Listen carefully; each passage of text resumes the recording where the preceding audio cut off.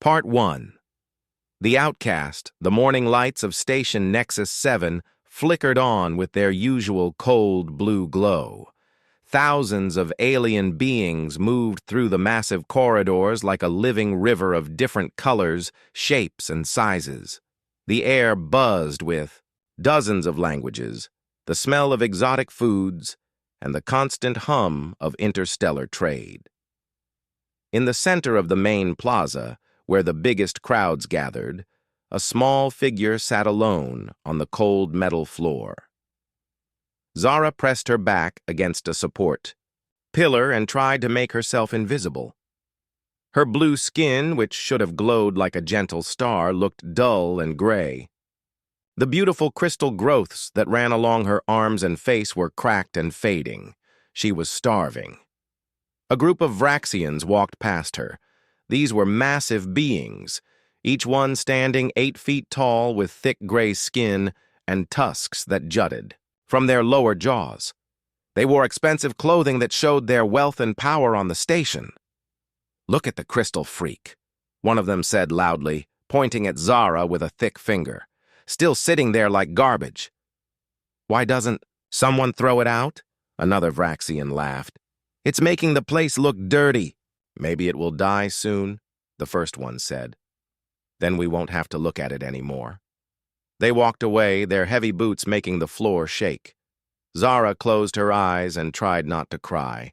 She had heard worse things in the past 3 weeks, since her family's ship was destroyed by pirates. But the words still hurt. A group of selenite merchants glided by next. These beings looked like tall, thin people made of silver metal. They moved without making sound, their feet never quite touching the ground. One of them noticed Zara and whispered something to the others in their musical language. "Disgusting," one said in common Galactic, the language most aliens used to talk to each other. "A Cytherian beggar. How shameful." "They always think they are so special with their crystal bodies," another added. "But look at her now, worthless." They moved away like silver ghosts, leaving Zara feeling even smaller. The worst part was that they were not completely wrong. Cytherians were different from other aliens. Their bodies needed special minerals to survive, rare crystals that cost more than most beings made in a year. Without these nutrients, the crystal growths that covered their skin would crack and break. Eventually, they would die. Zara's family had been traders, traveling from star to star selling the beautiful crystal art that her people made. They had enough money to buy the special food she needed. But 3 weeks ago, their ship was attacked by Drath pirates near the Outer Rim. Her parents and brother were killed. Their ship was destroyed. Zara only survived because she was in the cargo hold when the attack happened. She escaped in a small pod and drifted for days before a merchant ship found her. They brought her to Station Nexus 7 and left her here with nothing. No money, no family, no way to buy the crystals she needed to live. Every day, she grew weaker. The beautiful growths that marked her as Cytherian were losing their glow. Cracks appeared along her arms and face. Soon the cracks would reach her heart and she would die. She had tried begging, but most aliens just walked past her. Some threw small coins, but it was never enough. The special nutrition crystals she needed cost 500 credits each, and she needed at least 1 per day to survive. The coins people threw at her added up to maybe 10 credits on a good day. Group of young Aquari approached her corner. These beings looked like dolphins that had learned to walk on 2 legs. They had smooth skin that changed colors with their emotions and big, intelligent eyes. Aquari were supposed to be kind and peaceful. "Please," Zara whispered as they came near. "I am very hungry. Do you have any crystals? Even small ones?" The lead Aquari's skin flashed red with disgust. "We do not help beggars," he said, "especially not crystal addicts." "I am not an addict," Zara said weakly. "I need them to live. My body." "Your body is wrong," the Aquari cut her off. "Normal beings eat normal food. You choose to be different. You choose to be difficult." They swam away through the crowd, their skin flashing colors that Zara knew meant mockery and hatred. She pulled her knees up to her chest and tried to stop shaking. It was not just hunger anymore. The cracks in her crystals were getting deeper. She could feel them spreading like ice across her skin. Maybe the Vraxians were right. Maybe she would die soon. From across the plaza, Marcus Chen watched the whole thing happen. Marcus was human, which made him unusual on Station Nexus 7. Most aliens did not think much about humans. They were not as strong as Vraxians, not as smart as Selenites, not as long-lived as Aquari. They were just ordinary. Most humans on the station worked simple jobs, cleaning, fixing things, serving food. The important aliens barely noticed. They existed. Marcus worked in the cargo bays, loading and unloading ships that came to trade. It was hard work for low pay, but it was honest work. He had been on the station for 2 years, saving money to bring his family out from Earth. Every day for the past 3 weeks, he had seen the blue-skinned girl sitting in the plaza. He had watched aliens mock her, ignore her, and treat her like garbage. He had seen her grow weaker and sadder each day. Marcus knew what it felt like to be hungry. He had grown up poor on Earth. He remembered nights when his family had to choose between buying food or paying for heat. He remembered the shame of having other kids laugh at his old clothes and empty lunchbox, but he also remembered the people who had helped, teachers who shared their own lunches, neighbors who brought extra food to his family, strangers who showed kindness when they did not have to.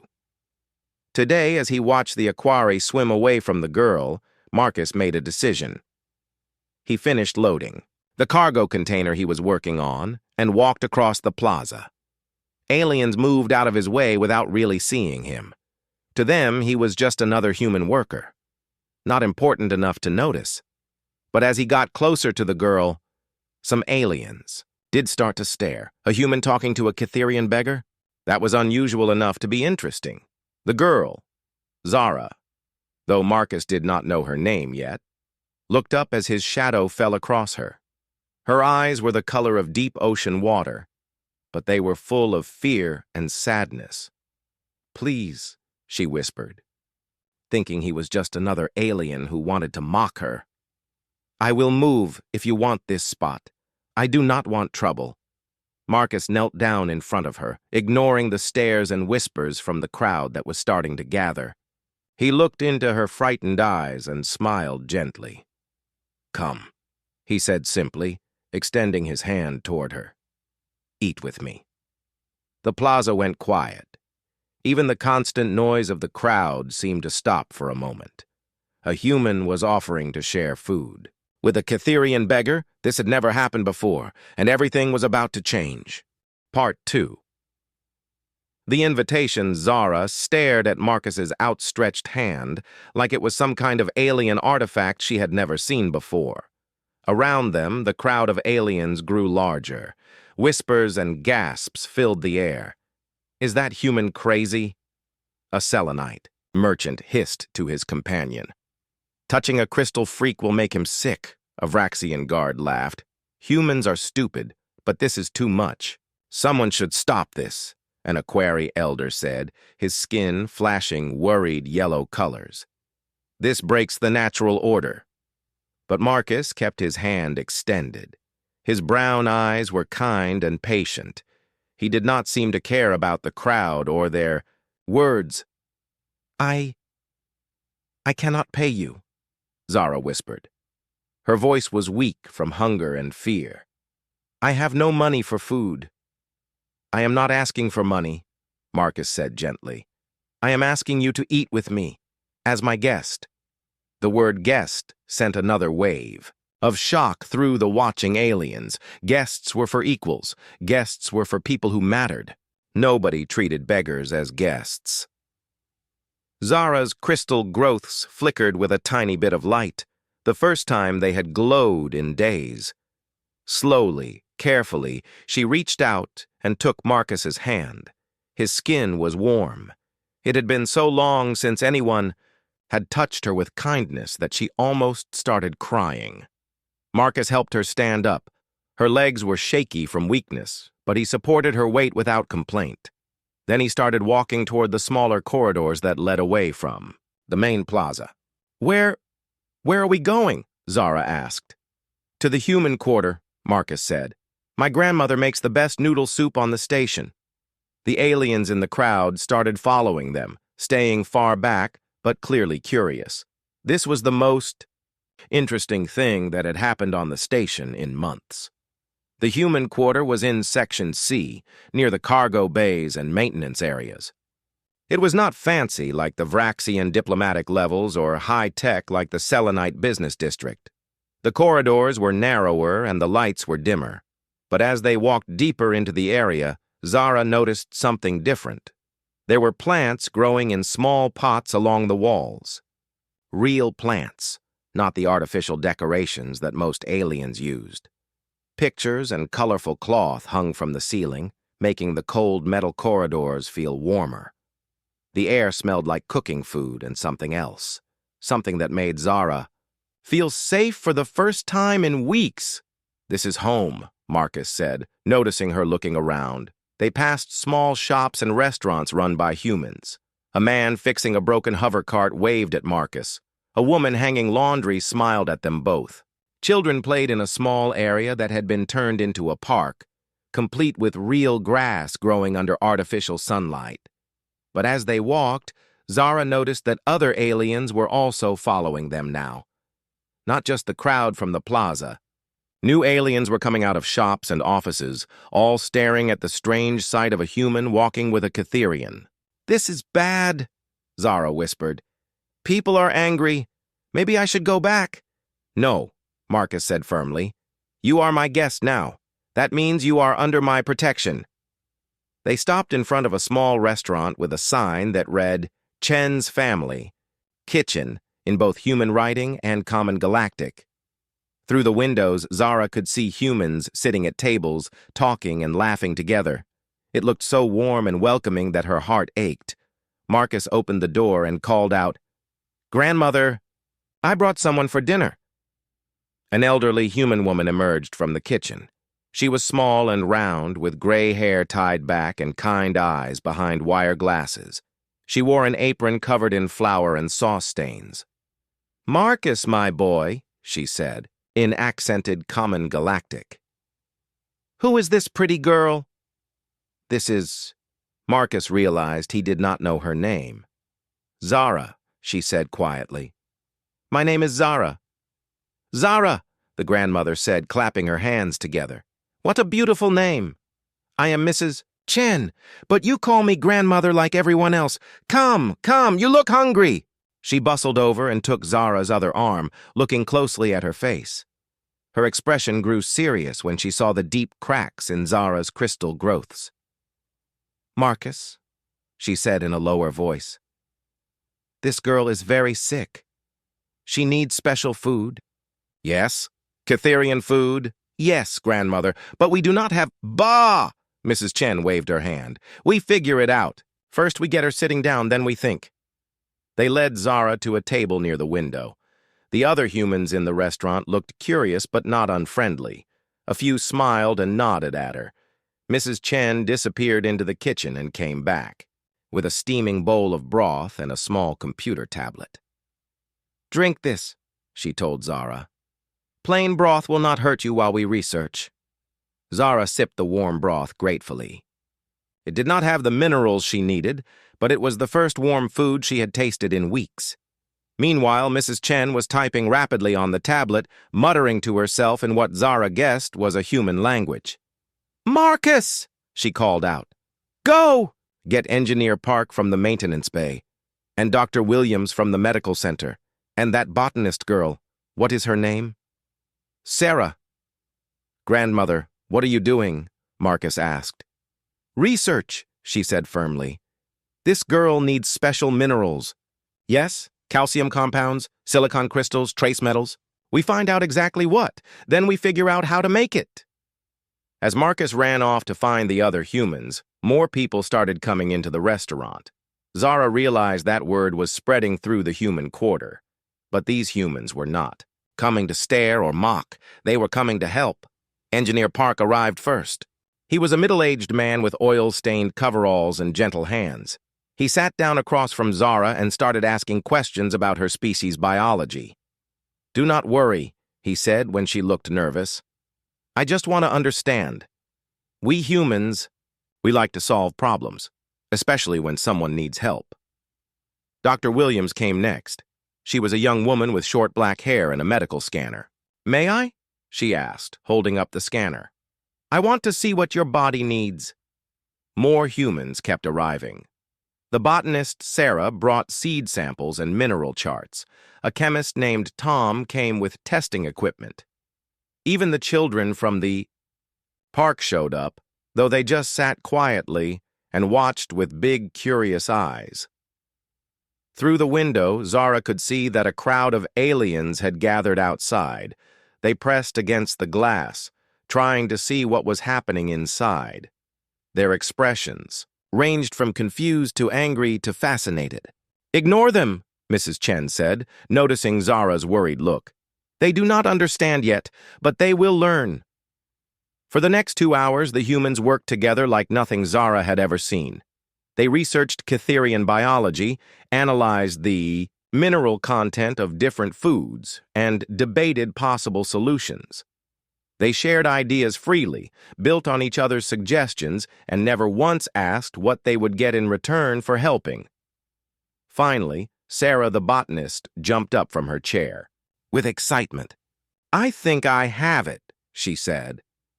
"Look, these earth minerals here, if we process them correctly, they have almost the same molecular structure as Cytherian nutrition crystals. But processing is expensive," Engineer Park said. "The equipment alone would cost thousands of credits." Mrs. Chen smiled. "Then we build our own equipment. My husband was an engineer before he died. I still have his tools. I can help with the chemistry," Tom added. "My lab has what we need." "And I can grow the base plants," Sarah said. "It will take time, but we can do this."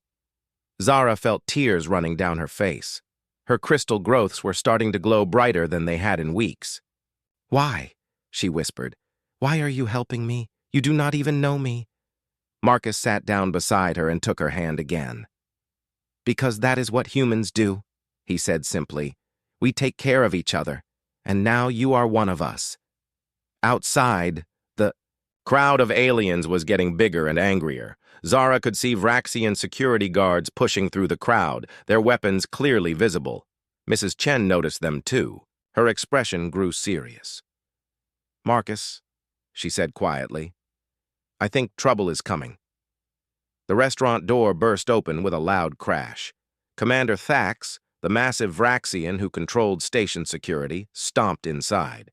His tusks were bared in anger, and his small red eyes blazed with fury. "What is this madness?" he roared. "Humans harboring crystal scum? This violates station regulations." The humans in the restaurant stood up slowly, moving to form a protective circle around Zara. They were much smaller than Thax, and they had no weapons, but they did not back down. "She is our guest," Marcus said calmly. "We have broken no laws." "Laws?" Thax laughed nastily.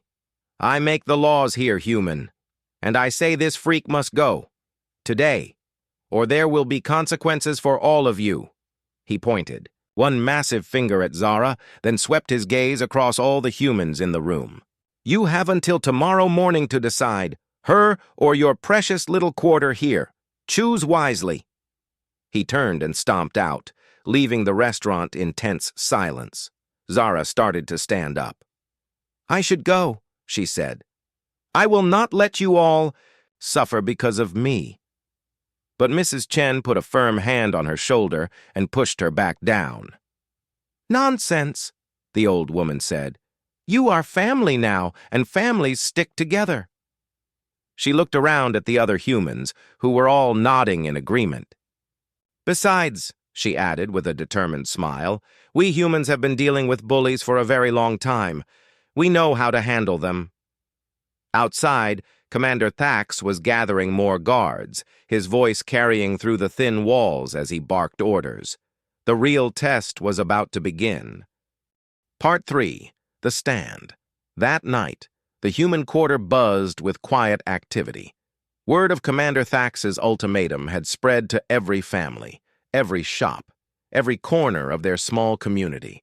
By midnight, the main meeting hall, a converted cargo, bay decorated with Earth flags and family photos, was packed with humans. Marcus sat in the front row with Zara beside him. The young Cytherian kept her head down, still weak, but no longer fading thanks to the emergency minerals the humans had managed to create. Her crystal growths glowed softly in the dim light. Mrs. Chen stood at the front of the room, her small figure somehow commanding attention from the 100 humans gathered there. Behind her, a large screen showed Commander Thax's official message, broadcast to every human residence an hour ago. By order of station security, she read aloud, all humans must remove the Cytherian vagrant from their quarter by 800 hours tomorrow, or face collective punishment including loss of work permits, housing rights, and possible deportation.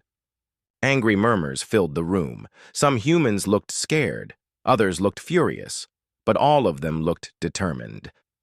So, Mrs. Chen said, folding her arms, we have a choice to make. Engineer Park stood up from his seat. With respect, Grandmother Chen, what choice? We cannot let them hurt Zara, but we also cannot let them destroy our homes. My children go to school here, said Maria Santos, a single mother who worked in the station's hydroponic gardens. If we lose our housing permits, where will they go? And our jobs, added Dr. Williams. Half the medical staff are human. If they kick us out, who will treat the alien workers when they get hurt? More voices joined in. The debate grew heated as families worried about their futures. Marcus felt Zara tremble beside him and saw tears running down her blue cheeks. Stop, Zara whispered, but her voice was too quiet. Stop, she said louder, standing up on shaky legs. The room fell silent. I will go, she said, her voice breaking. I will leave tonight. You have already done too much for me. I will not let you lose everything because of me.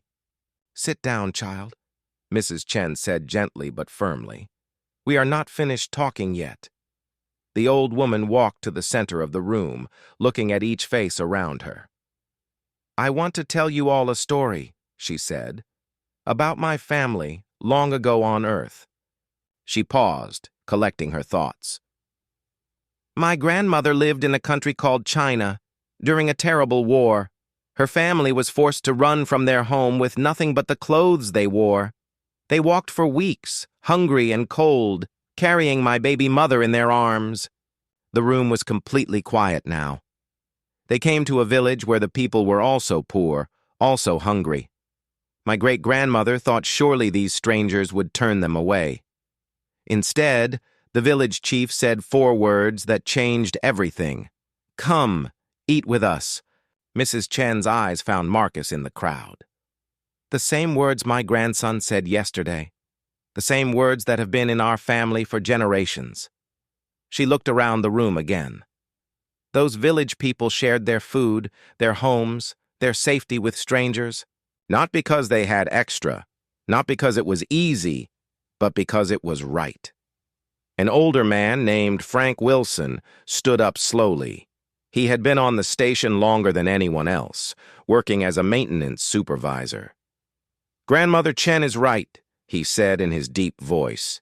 My family came from a place called Germany after another war. We were refugees too. Americans took us in when no one else would. My parents escaped from Vietnam, added Sarah, the botanist. Strangers in boats saved them from the ocean.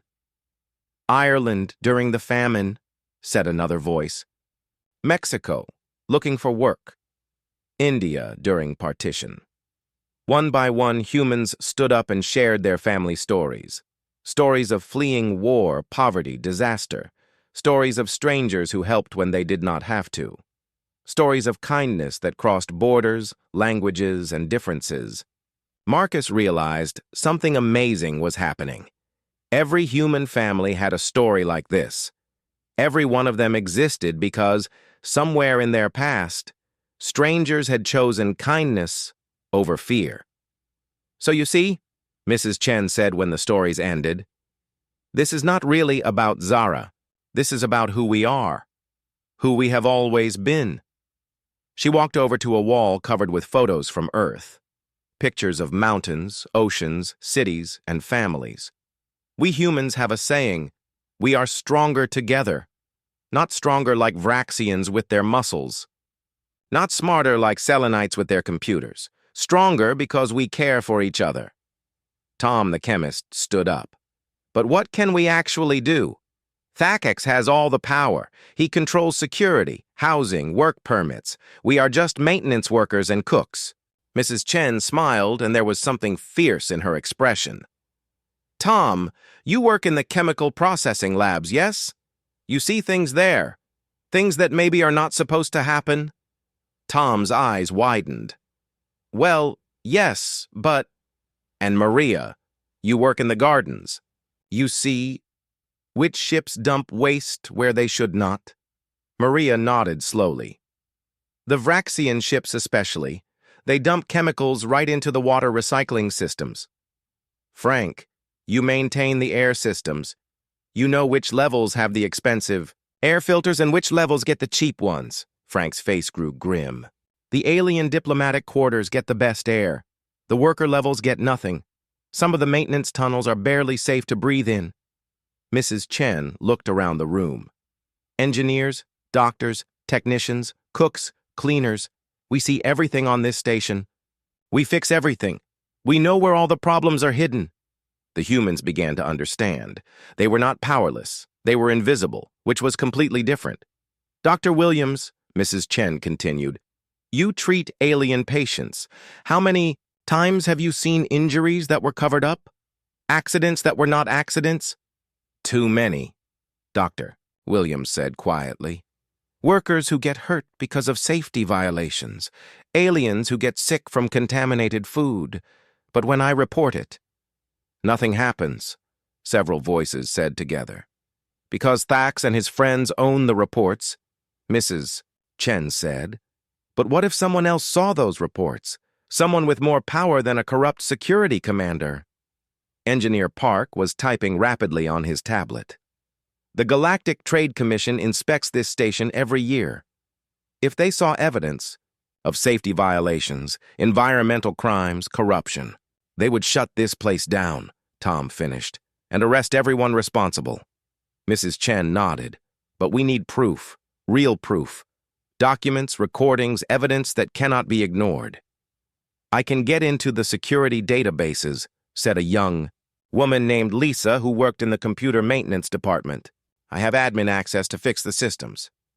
I can record the illegal dumping, Maria added. My gardens have sensors everywhere. Medical files, said Dr. Williams. Proof of covered-up accidents and injuries. Financial records, said Frank. I bet we can prove they have been stealing from the station's budget. The energy in the room was changing. Fear was turning into determination. Helplessness was becoming purpose.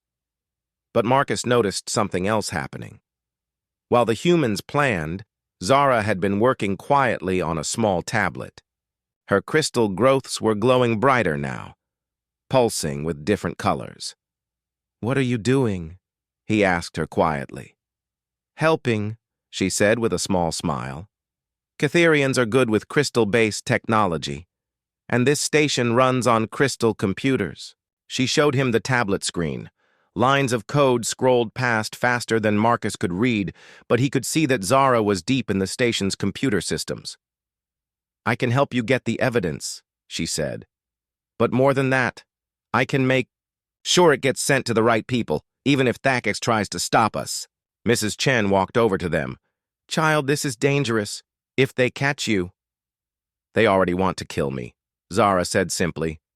At least this way, I can help my new family first. The old woman's eyes filled with tears. She reached out and touched Zara's glowing cheek gently. You are a good girl. Your parents would be proud. A loud banging sound echoed through the meeting hall. Everyone froze. "Attention, humans!" a voice boomed from outside. It was Commander Thax, speaking through a loudspeaker. "You have until dawn.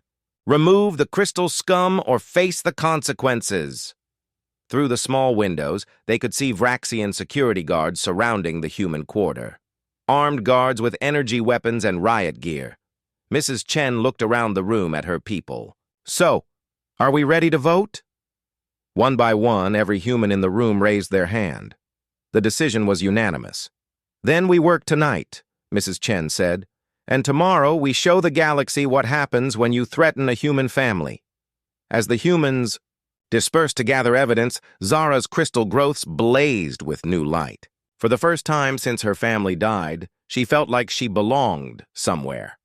But outside, Commander Thax was making his own plans.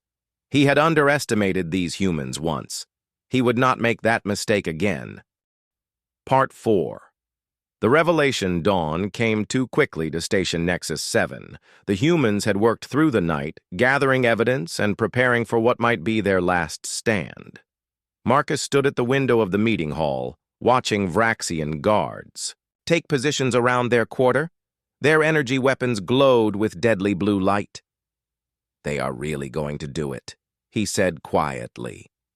Zara sat at a computer terminal, her crystal growths pulsing with different colors as she worked deep in the station's systems. "Not if I can help it," she murmured, her fingers dancing across the holographic keyboard. Mrs. Chen moved between groups of humans, checking their preparations. Dr. Williams had compiled medical records showing dozens of covered-up accidents. Engineer Park had found proof of safety violations that should have shut down entire sections of the station. Maria had recordings of illegal waste dumping. Tom had evidence of contaminated food supplies, but they all knew it might not matter. Commander Thax controlled the communication systems. Even if they had proof of his crimes, they might never get the chance to send it. At exactly 0800 hours, Thax's voice boomed through the quarter's speakers. "Time is up, humans. Bring out the crystal freak, or we come in and take her." The humans gathered in the main corridor, forming a protective wall around Zara. They had no weapons, no armor, no way to fight trained security guards. But they stood together anyway. Marcus stepped forward as the unofficial spokesman. "Commander Thax," he called out, "we request a formal hearing under Galactic Trade Commission regulations. You cannot punish us without proper legal process." Thax's laughter echoed through the corridors. "Legal process? I am the law on this station, human. You have 30 seconds to comply or we open fire." The Vraxian guards raised their weapons. Energy cells hummed with charging power. Then the station's emergency alarms began blaring. Red lights flashed throughout the corridors. The automated voice of the station's computer filled the air. "Incoming ships detected. Multiple vessels approaching. All personnel prepare for contact." Thax growled in confusion. "What ships? I ordered no ships today." Through the viewport windows, everyone could see bright flashes in space as ships dropped out of hyperspace. One ship, then 5, then dozens. The sleek crystal hulls of Catherian vessels gleamed like stars against the black of space. "The Catherian Defense Fleet," Zara whispered, her eyes wide with surprise. "But how did they find me?" More ships appeared. The organic curves of Aquari exploration vessels, the geometric precision of selenite trade ships, even some smaller Vraxian patrol boats that clearly were not following Thax's orders. The station's communication system crackled to life with a new voice, clear, musical, and speaking with the authority of someone used to being obeyed. Station. Nexus 7, this is Admiral Kess of the Catherian Defense Fleet. We have received reports of criminal activity on your station. You will stand down all security forces and prepare to be boarded. Commander Thax's face turned purple with rage.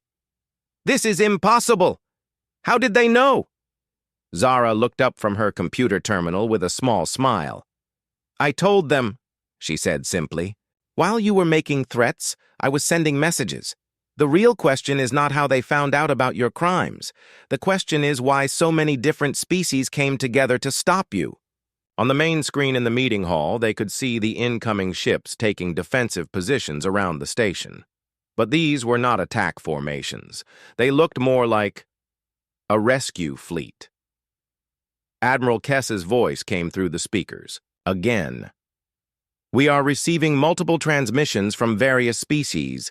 It appears there are many witnesses to corruption on this station. We will investigate all claims. Through their windows, the humans watched as small transport ships began docking with the station. But instead of soldiers, the people who emerged were refugees, workers, and ordinary citizens from a dozen different species. Marcus recognized some of them. The Aquari family that Dr. Williams had treated for free when they could not afford medical care. The elderly Selenite merchant that Engineer Park had helped fix his ship without charging extra fees. The young Vraxian couple that Mrs. Chen had fed when they arrived on the station with no money. I do not understand, Marcus said. How did they all know to come here?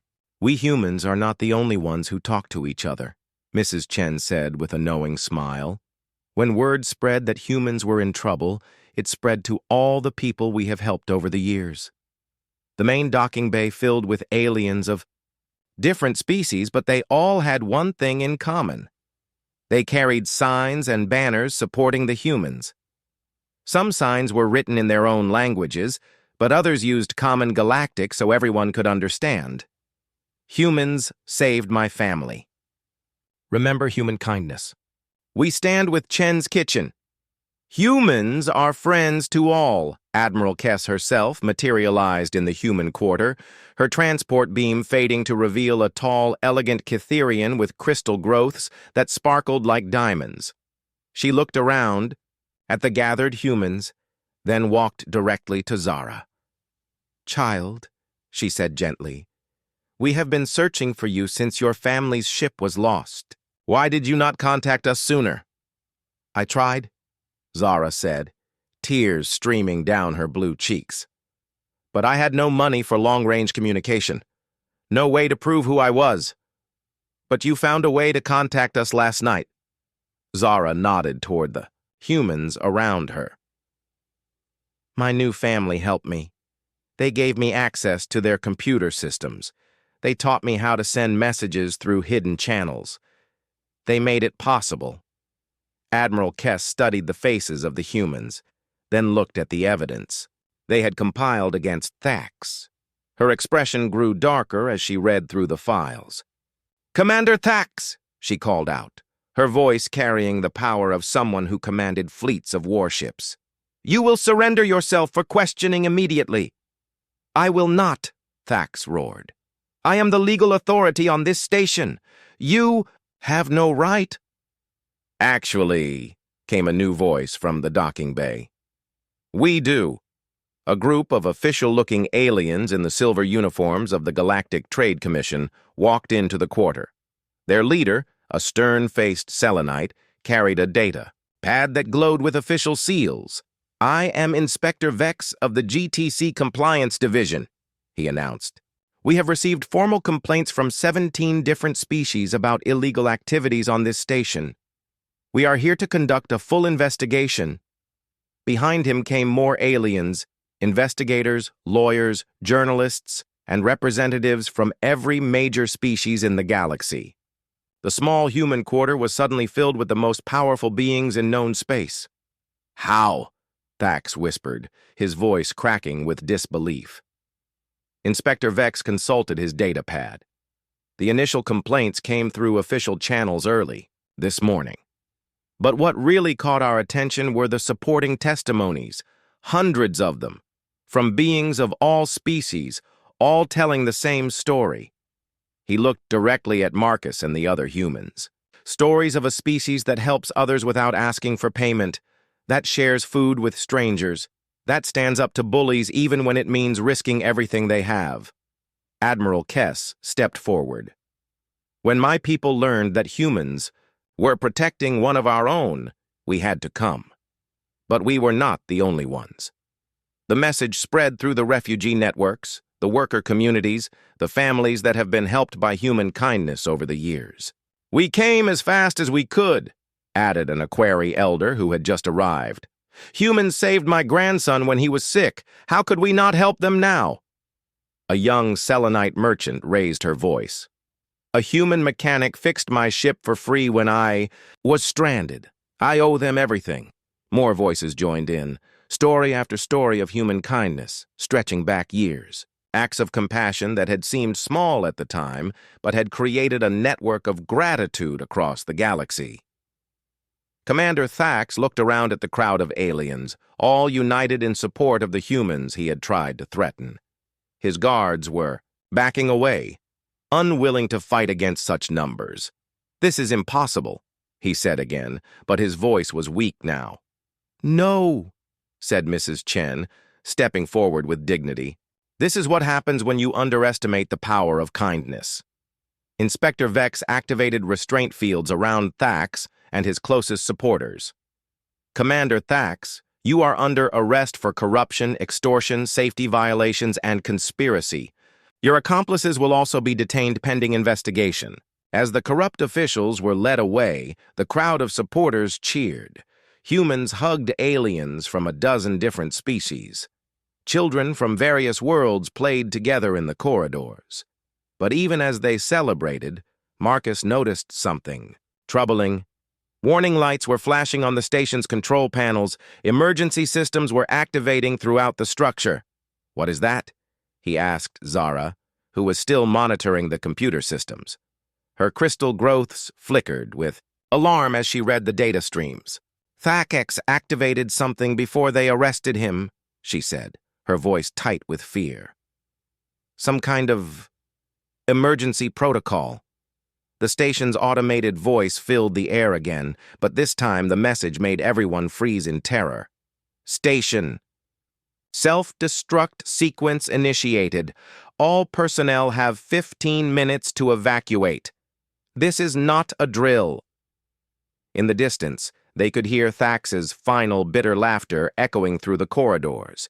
He might be defeated, but he was not going down alone. Part 5. The human way panic filled Station Nexus 7 as the automated countdown continued. 14 minutes to station destruction. All personnel evacuate immediately." Aliens ran through the corridors, pushing and shoving as they tried to reach the docking bays.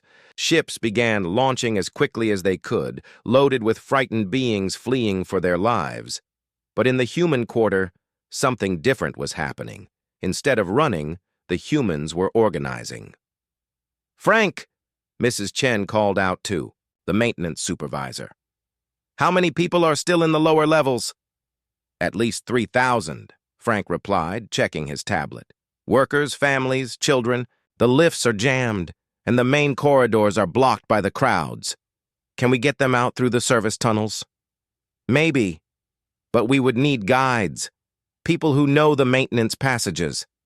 Mrs. Chen looked around at her people. Every human in the quarter was listening, waiting for orders. "Then that is what we do." Admiral Kess stepped forward. "Mrs. Chen, with respect, you should evacuate. My ships can carry your people to safety." "And leave 3,000 beings to die?"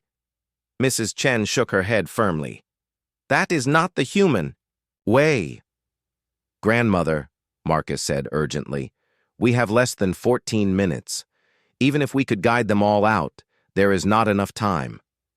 Zara looked up from her computer terminal, her crystal growths blazing with activity. "There might be a way," she said. "The self-destruct system is designed to destroy the station completely, but what if we could redirect the explosion?" Engineer Park moved to her side. "What do you mean?" "The station's power core is in the center. When it explodes, the energy spreads outward equally in all directions. But if we could channel that energy into the station's communication array," Park finished, understanding immediately. "Turn the explosion into a massive broadcast signal," Dr. Williams frowned. "But what would we broadcast? And why?" Marcus felt a spark of hope. "Evidence. All the evidence we collected about Thax's crimes. If we broadcast it across the galaxy, at the moment the station explodes, no one could cover it up or delete it. The signal would be so powerful it would reach every inhabited system, Zara added excitedly. Every news network, every government database, every communication relay. The truth about what happened here would be preserved forever. Inspector Vex looked skeptical. That is a noble thought, but it does not save the people still trapped on the station. Actually, said Sarah the botanist, studying the station schematics on her tablet, it might. If we redirect the explosion correctly, we could blow out the sections that are already damaged and unstable while leaving the main habitat areas intact. Like controlled demolition, Frank added. We have done it before with old buildings on Earth. Admiral Kess studied their faces. You would risk your lives for this? For people you do not even know? They are not strangers, Mrs. Chen said simply.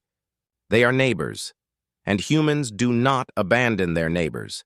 The countdown continued. 12 minutes to station destruction. All around them, aliens were still debating whether the plan could work.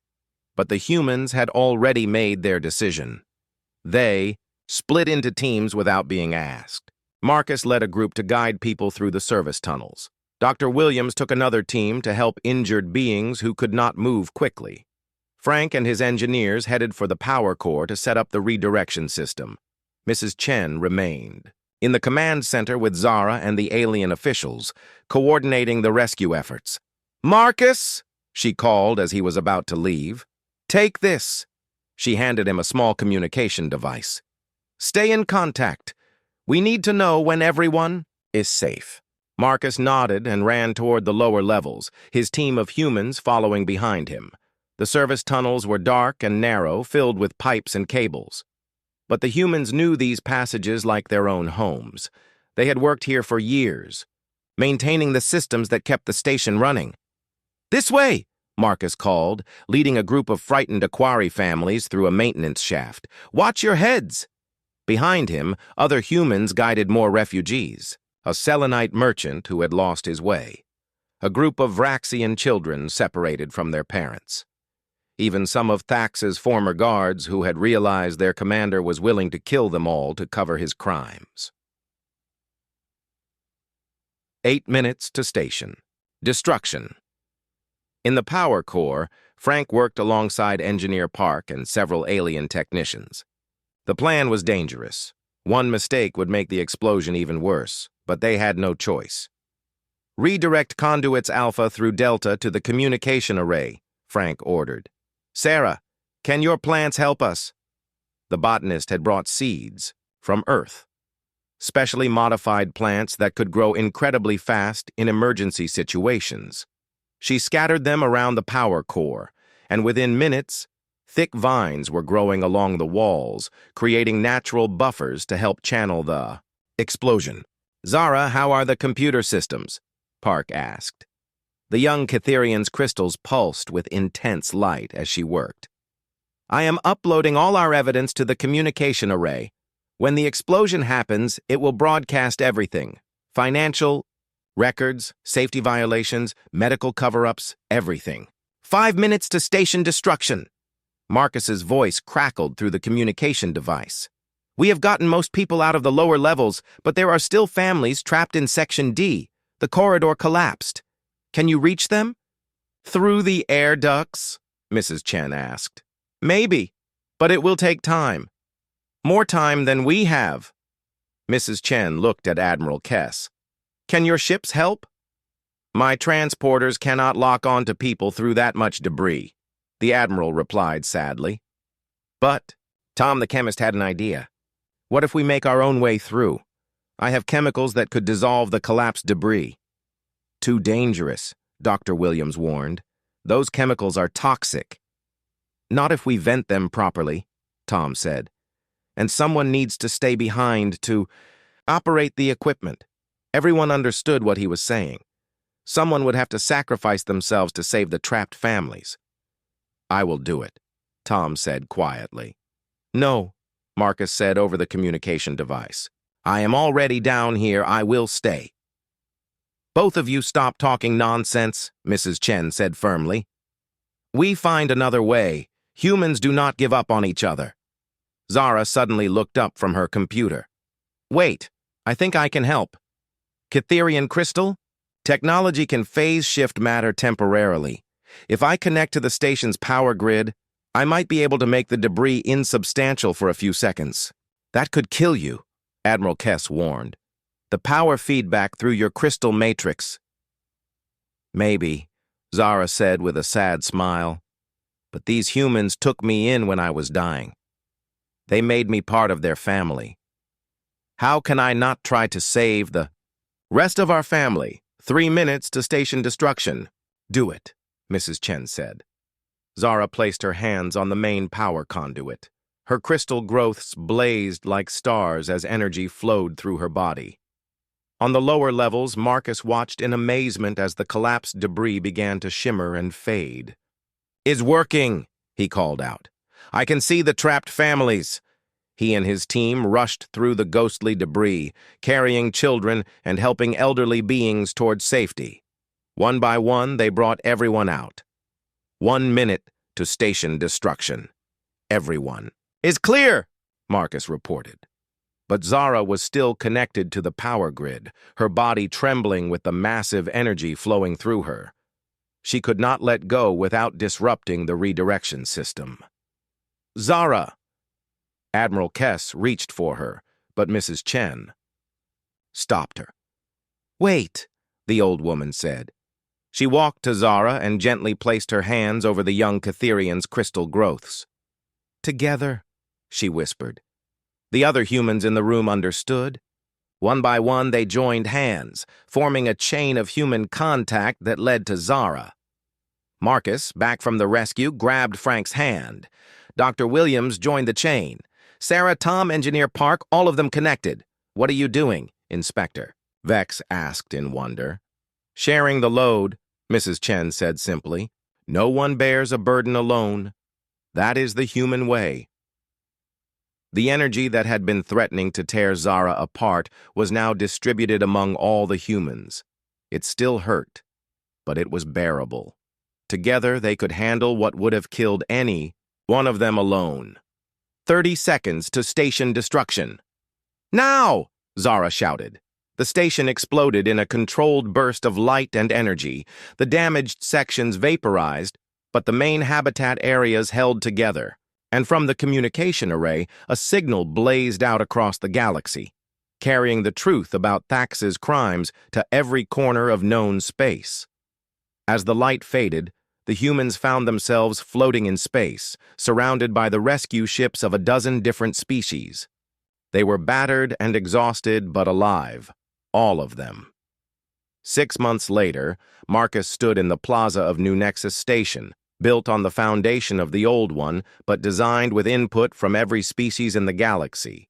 The new station had wider corridors, better air systems, and no segregated quarters. All species lived and worked together as equals. In the center of the plaza stood a memorial wall, covered with the names of those who had died under Thax's corrupt rule.